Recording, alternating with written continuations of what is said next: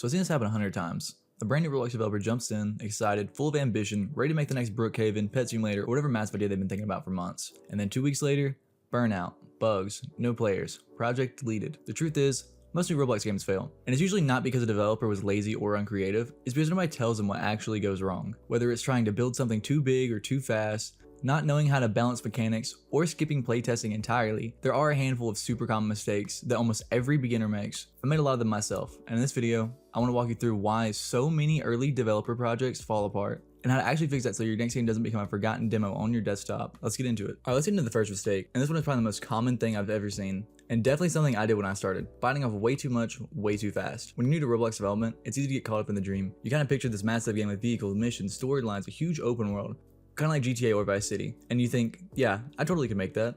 And I get it, that excitement, it's what got most of us into game development in the first place. But here's the problem. Dreaming big is easy, actually building big is hard. I remember one of the first serious projects I ever tried was to make this open world city game inspired by Vice City. I was placing down buildings for hours, streets, cars, alleyways, lighting. The map looked decent. But when I stopped and really looked at it, I realized something.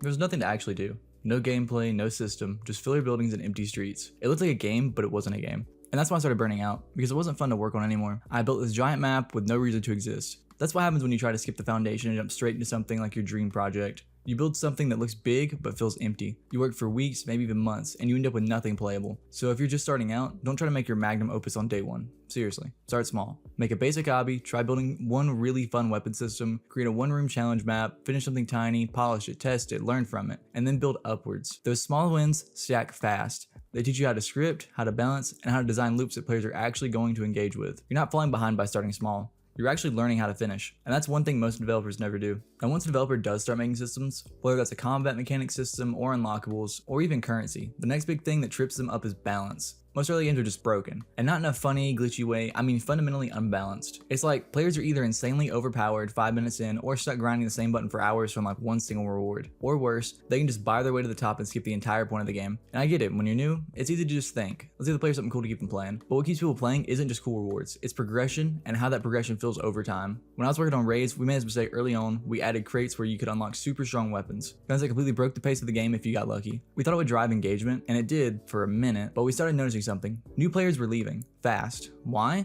Because they were getting obliterated by a few people that opened cases. It didn't feel fair. There was no curve, just a spike and then frustration. Eventually, we had to go back and rework the entire system. We replaced the old crate guns with new, rare ones, and built the core experience around balance first. Then we layered rewards and monetization on top of it, and the game felt way better. So here's a lesson. Don't focus on making things feel powerful, focus on making them feel earned. Build progression with actual pacing, early game, mid game, late game. Test it yourself, then test it with a new player and see how they experienced it. You'll be surprised how often your good idea breaks the flow for someone who's never touched the game before. Because a good game isn't just about what's in it, it's about how much fun it is to move through it. Alright, next mistake, and this one is probably the easiest to avoid, but still one of the most common. Not playtesting, or worse, only playtesting on your device. Here's the thing, you've been building your game for hours, maybe days, so yeah, you know how the mechanics work. You know where that button is, you know what that weird glitch means, you've seen this map so many times, you're probably dreaming in brick colors. But the average player, they're seeing everything for the first time. And if you never test your game from a fresh perspective, you're never going to notice how much stuff doesn't actually work out the way you thought it did. And look, I used to do this too. I'd build something, run on my PC, jump around a bit and say, yeah, that's good, and publish it. But the real problem showed up when people started playing on mobile. Roblox is 80% mobile players, probably more depending on your genre. And yet, most new devs only test on desktop. That means your buttons might be too small, your GUI might overlap, your controls might not even register correctly. With Raise, early on, we had UI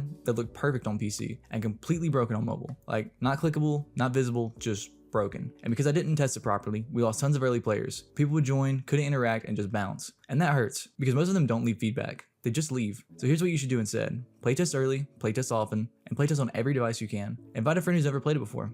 Watch them try it. Don't help them, just observe. You'll learn more in 10 minutes of silent testing than you will in 10 hours of solo tweaking. You're not building the game for you. You're building it for people who don't know anything about it yet. Make it playable for them. Alright, let's talk about something I think almost every Roblox developer has done at some point, especially early on. Using the toolbox way too much. Now don't get me wrong, the toolbox itself isn't bad. It's actually a super useful feature if you know how to use it right. But for a lot of new devs, it becomes a crutch. You open up Studio, drop in a pre-built house, a car, some random scripts you don't even understand, and boom, your game looks like it's coming together. Until you press play and half of it doesn't work. Or the game itself starts lagging. Or worse, it's a bunch of stuff that doesn't feel connected at all. I did this too, especially my first couple years on Roblox. I thought, why build something from scratch when I can just grab it from the toolbox? But here's the truth. When you use something you didn't make, you don't learn anything. You're not improving as a scripter, builder, or designer. You're just assembling other people's work and hoping it sticks.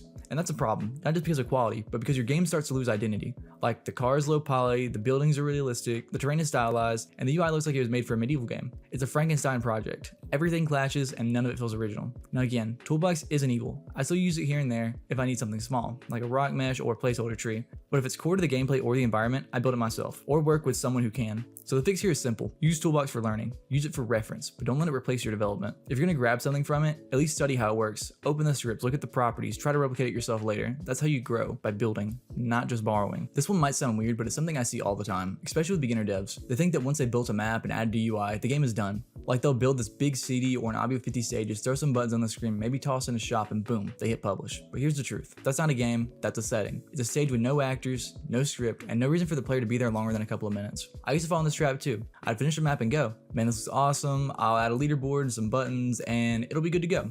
But then when people played it, they just leave. Why?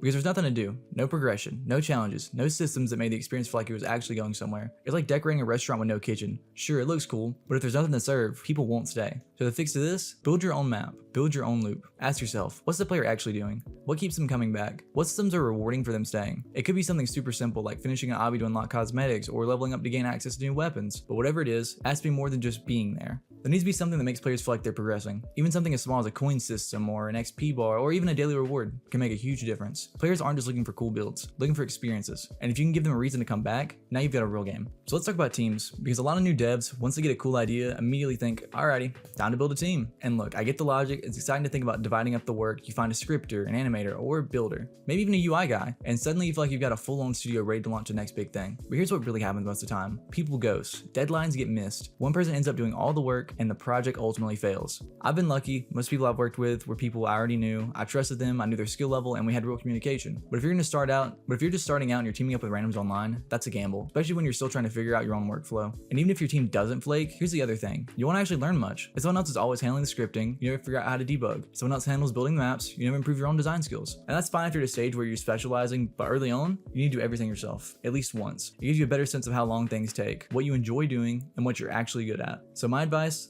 learn Solo Studio first, start by building your own small projects, even if they look rough, finish them, iterate, get stuck, fix it, and get better. Then, once you got a few complete projects under your belt and a better understanding of your skill set, that's when teaming up actually makes sense. Because now you're not just asking for help, you're bringing value to the table. So those are the biggest mistakes I've seen new developers make, and honestly, most of them I've made myself. From building massive empty maps to never testing for mobile to throwing in toolbox mods just to make it look like something. It's all part of the learning process. And if you've already made most of these mistakes, that's not a bad thing. It just means you're doing what most people never do. You're actually trying.